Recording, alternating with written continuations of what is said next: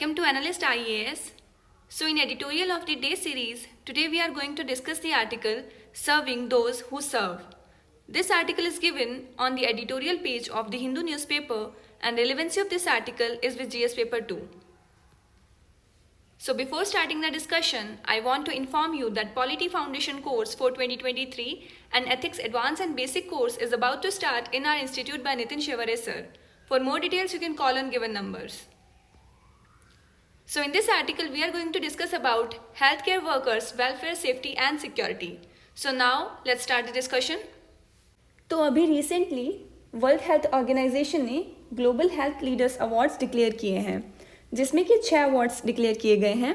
उनमें से एक अवार्ड इंडिया में आशा वर्कर्स को दिया गया है. WHO ने कहा कि सोसाइटी एंड कम्युनिटी में चेंजेस लाने के लिए आशा वर्कर्स ने बहुत बड़ा इम्पैक्ट डाला है. तो यहाँ से एग्जाम पर्सपेक्टिव से देखा जाए तो आशा वर्कर्स के बारे में, उनके इश्यूज़ के बारे में, उनकी रोल्स एंड रिस्पॉन्सिबिलिटीज़ को जानना ज़रूरी हो जाता है. इवन ये ग्लोबल हेल्थ अवार्ड अफगानिस्तान में जो पोलियो के ड्रॉप पिलाने वाले वर्कर्स हैं उनको भी दिया गया है. आगे इस आर्टिकल में बताया गया है कि वर्ल्ड हेल्थ ऑर्गेनाइजेशन ने रिकॉग्नाइज किया है आशा वर्कर्स को. तो आइए जानते हैं कि आशा वर्कर्स कौन होते हैं और क्या काम करते हैं. दरअसल ये लोग हेल्थ एक्टिविस्ट होते हैं. 12 साल पहले जब हमने नेशनल हेल्थ मिशन चलाया तब एक्चुअल में हमारे यहाँ पर मेजर प्रॉब्लम ये थी कि हमारे यहाँ के हेल्थ केयर इंफ्रास्ट्रक्चर और जनरल लोगों के बीच में बहुत बड़ा डिवाइड था. हमारे यहाँ पर इंस्टीट्यूशनल डिलीवरीज नहीं होती थी.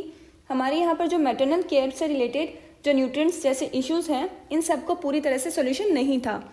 तो सोचा गया कि क्यों ना जनरल लोगों के बीच से ही किसी एक पर्सन को एज ए एक्टिविस्ट हायर किया जाए, कुछ सैलरी या कुछ रेम्यूनरेशन पर, और वो एक्टिविस्ट एज ए मीडिएटर काम करेंगे जो institutional primary health care services हैं उनके और आम लोगों के बीच.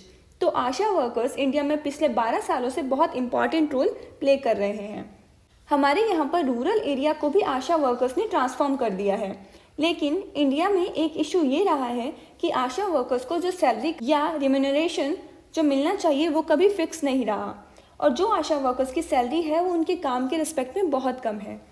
तो जहां आशा वर्कर्स के काम को पूरा वर्ल्ड रिकॉग्नाइज कर रहा है, जिनकी वजह से इंडिया का नाम हो रहा है वर्ल्ड वाइड, तो हमें उनके वेलफेयर, सेफ्टी एंड सिक्योरिटी पर भी ध्यान देना चाहिए.